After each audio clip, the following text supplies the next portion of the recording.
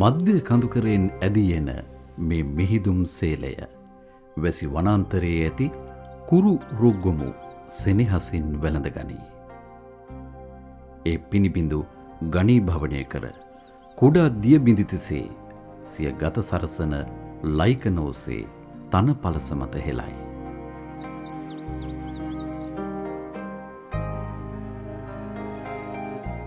මේ තන පලස ජාතියේ මහා ජල ගබඩාවයි. එමෙන්ම නිරන්තර වර්ෂාවෙන් ලැබෙන ජලයෙන් දිවයින දසත පෝෂණය කරන මහවැලි නදිය අග්‍රා ඔය ලෙසටත්, වලවේ ගඟ බෙලිහුල් ඔය ලෙසටත්, කැලණි ගඟ භගවන්තලා ඔය ලෙසටත් බිහි කරන්නට හෝටන්තැන්න ජාතික උද්‍යානය තිඹිරිගය වන්නේය. අහසින් වැටෙන ජලමිදත් මිහිදුමින් ලැබෙන පිණිපොදත් ගබඩා කර තැබෙන්නේ මේ මහා තන පලස යටය.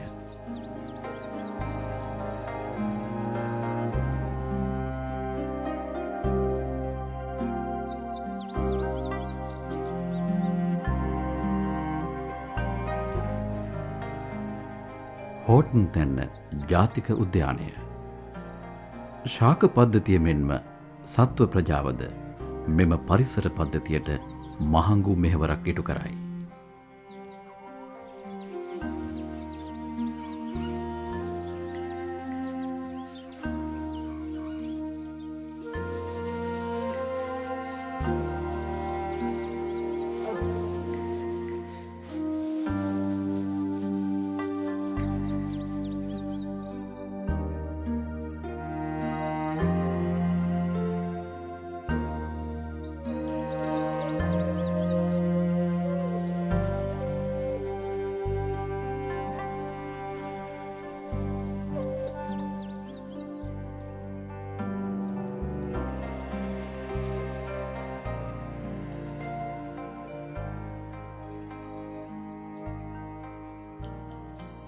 දැයට විද්‍යාගාරයක් වූ මේ වන අරණ කරන්නා වූ සේවයට උපහාරයක් ලෙස වන දෙව්ලියන් 12 වසරකට වරක් හෝටන්තැන් උද්‍යානය මලින් සරසනවා වැනිය.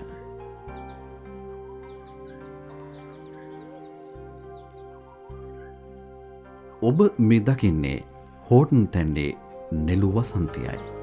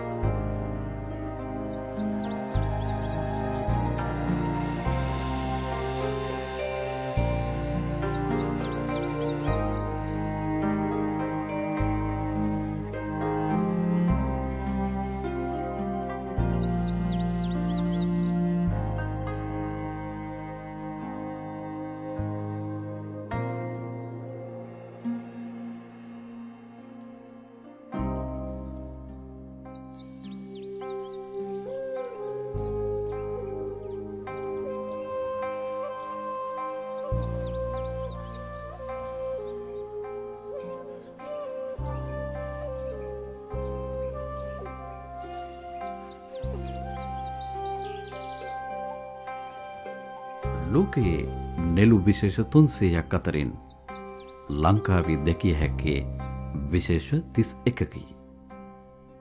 එයින් 25ක් මෙරටට ආවේනික වේ. හෝටන්තැන්න ජාතික වනෝද්‍යානය තුළ විශේෂ 8ක් ඇති නමුත් පහසුවෙන් දැකිය හැක්කේ විශේෂ 6කි. ඔබ දකින මේ නෙළු විශේෂ අතර ස්ට්‍රොබිලෙන්තස් පුල්චෙරිමා, ස්ට්‍රොබිලෙන්තස් විස්කෝසා, ස්ට්‍රොබිලෙන්තස් ඩයන්ඩ්‍රා,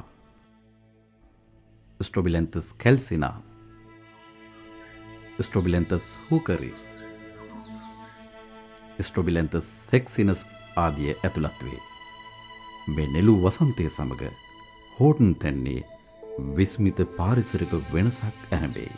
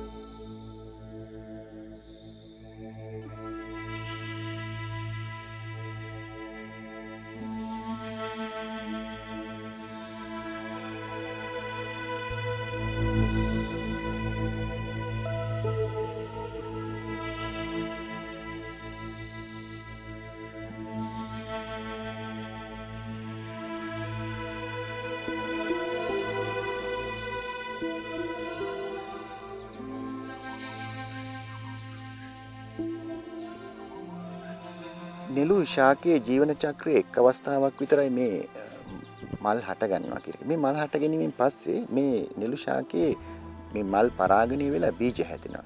මේ බීජ පරිණත වුණාට පස්සේ බිමට වැටෙනවා. මේ බිමට වැටෙන නෙළු බීජ ආහාරයට ගැනීම සඳහා විශේෂයෙන්ම වලි කුකුලන් ඒ වගේම මීයන් මේ ප්‍රදේශවලට ආකර්ෂණය වෙනවා. මේ බීජ ආහාරයට ගත්ත මේ වලි කුකුලන් එහෙම නැත්නම් මීයන්ගේ සාමාන්‍ය හැසිරීම් රටාවල වෙනස්කම් අපි දකිනවා. ඒකේ මත්වීම නිසා ඒගොල්ලන්ගේ විලෝපයකට පහසුවෙන් ගොදුරින අවස්ථා අපි දැකලා තියෙනවා. විශේෂයෙන් බඹරු මේ මල් පිපීමත් සමග මේ ප්‍රදේශයට දැඩි ආකර්ෂණයක් දැක්වුවා. අවට ප්‍රදේශවල බඹර ජනාවාස බහුල වශයෙන් පැතිරලා තියෙනවා.